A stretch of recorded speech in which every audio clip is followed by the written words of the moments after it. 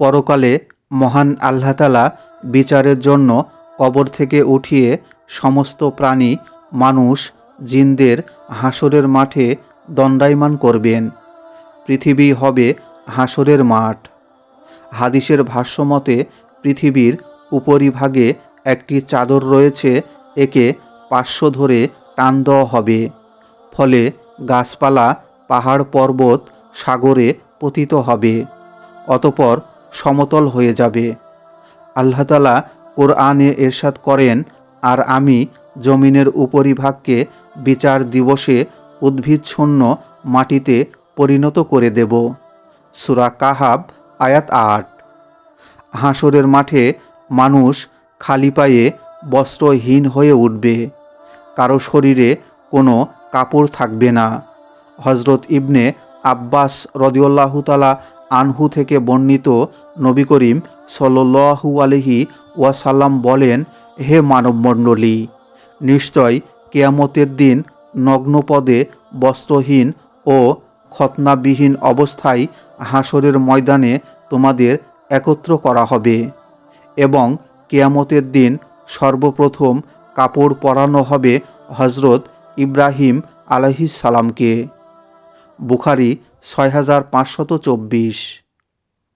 হাসরে সব নবীর উম্মত থেকে হিসাব নেওয়া হবে। সর্বপ্রথম হিসাব নেওয়া হবে উম্মতে মুহাম্মাদি থেকে। হাসরের ময়দানে বনি আদমকে 5টি প্রশ্নের সম্মুখীন হতে হবে। এই প্রশ্নগুলোর সদুত্তর যারা দিতে পারবে তারা আল্লাহর নৈকট্যপ্রাপ্ত বান্দাদের দলে শামিল হয়ে যাবে, আর যারা এর যথাযথ উত্তর দিতে অক্ষম হবে তারা অবিশ্বাসী কাফিরদের দলভুক্ত হয়ে যাবে।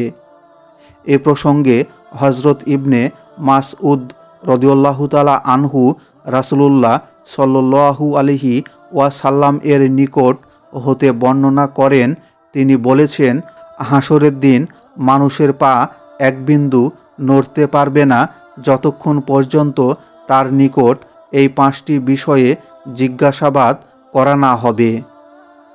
নাম্বার 1, নিজের জীবনকাল সে কোন কাজে অতিবাহিত করেছে। নাম্বার 2, যৌবনের শক্তি সামর্থ্য কোথায় ব্যয় করেছে। নাম্বার 3, ধন সম্পদ কোথা হতে উপার্জন করেছে।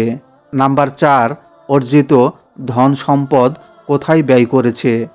এবং নাম্বার 5, দিনের যতটুকু এলম অর্জন করেছে সে অনুযায়ী কতটুকু আমল করেছে।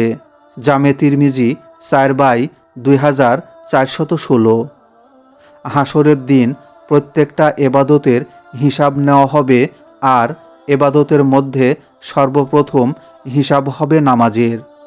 হযরত আনাস ইবনে মালিক রাদিয়াল্লাহু তাআলা আনহু থেকে বর্ণিত হয়েছে, রাসূলুল্লাহ সাল্লাল্লাহু আলাইহি ওয়াসাল্লাম বলেন, কিয়ামতের দিন বান্দার সর্বপ্রথম হিসাব নেওয়া হবে নামাজের। যদি নামাজ ঠিক হয় তাহলে তার সব আমল ঠিক, আর নামাজ যদি নষ্ট হয় তাহলে সব আমল নষ্ট। আল মুজামুল কাবির তাবরানী 240। মানুষ পৃথিবীতে যেসব আমল করে মৃত্যুর পর সব কিছুর হিসাব হবে। হাসরের মাঠে হবে সেসব হিসাব এবং বিচার। পৃথিবীতে যে ভালো কাজ করবে হাসরে সে ভালো প্রতিদান পাবে, আর যে মন্দ কাজ করবে তার পরিণাম অত্যন্ত ভয়াবহ হবে। বান্দার ভালো মন্দ সব কাজ মিজানের পাল্লায় ওজন করা হবে। পবিত্র কুরআনে মহান আল্লাহ তাআলা বলেন, আমি কিয়ামতের দিন ন্যায় বিচারের দাঁড়িপাল্লা স্থাপন করব, সুতরাং কারো প্রতি জুলুম করা হবে না। যদি কোনো আমল সরিষার দানা পরিমাণও হয় আমি তাও উপস্থিত করব, আর হিসাব গ্রহণের জন্য আমি যথেষ্ট। সূরা আম্বিয়া আয়াত 47। আল্লাহ তাআলা আরও বলেন, অতএব যার পাল্লা ভারী হবে সে অনন্ত সুখের জীবনযাপন করবে, আর যার পাল্লা হালকা হবে তার ঠিকানা হবে হাবিয়া জাহান্নাম। সূরা কারিয়া আয়াত ছয় হতে নয়। মহান আল্লাহ তাআলা আমাদেরকে বেশি বেশি নেক আমল করার তৌফিক দান করুন। আমিন।